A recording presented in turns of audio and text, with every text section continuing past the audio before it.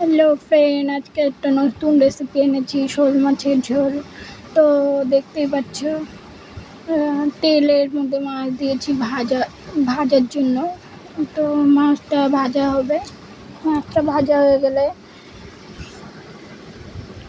উল্টে দেবো মাছটাকে। এবার এক পাশ ভাজা হয়ে গেছে, এবার আরেক পাশ ভাজার জন্য উল্টে দিয়েছি। দেখো মাছগুলো ভাজা হচ্ছে। তো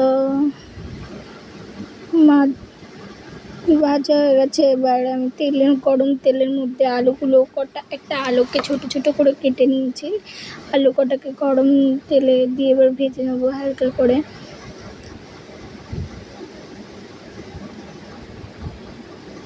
দেখতেই পাচ্ছ আলু ভাজলাম, ভাজা হয়ে গেছে আলু। এবার গরম তেলে একটু গোটা জিরে দিয়ে দেবো।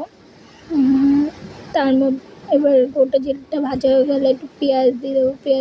একটা পেঁয়াজ কুচি নিয়েছি মাঝারি সাইজের। তো ওটা ছোটো ছোটো করে কুচিয়ে রেখেছিলাম।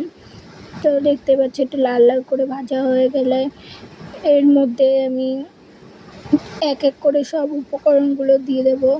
আদা রসুন বাটা দিয়েছি 1 চামচ। এবার সব উপকরণগুলো পরিমাণ মতো দিয়ে দেবে। লবণ দিয়ে দেবে পরিমাণ মতো। এবার হলুদ গুঁড়ো দিয়ে দেবে পরিমাণ মতো। 1 চামচ করে দিয়েছি আমি। জিরে গুঁড়ো দিয়েছি, ধনের গুঁড়ো দিয়েছি। তো লঙ্কার গুঁড়ো দিয়ে দিয়েছিলাম। এবার এটাকে ভালো করে নাড়িয়ে এবার মশলাটা যাতে পুড়ে না যায় তার জন্য হালকা জল ইউজ করবো। জলটা দিলে কি মশলাটা সুন্দরভাবে ভাজা হয়ে যায়, আর ভাজা হয়ে গেলে মশলাটার থেকে তেলটাও ছেড়ে দেয়, আর খুব সুন্দরভাবে ভাজা হয়ে যায় মশলাটা। দেখো কেমন তেলটা ছেড়ে দিয়েছে, ভাজাটা হচ্ছে, কালারটা আছে। এবার মাছ আর আলু যেটা ভাজা ছিল ওটা মশলাটা ভাজা করে ওটা দিয়ে দিলাম। ওটা দিয়ে একটু নাড়িয়ে নিলাম, নাড়িয়ে একটু কষিয়ে নিতে হবে। তো ভালো করে একটু কষিয়ে নেওয়ার পরে এবার আমি জল দিয়ে দেবো। জল দেওয়ার পরে ওটাকে 10 মিনিট হালকা আছে ঢেকে দিয়ে হালকা আছে এবার রেখে দেবো।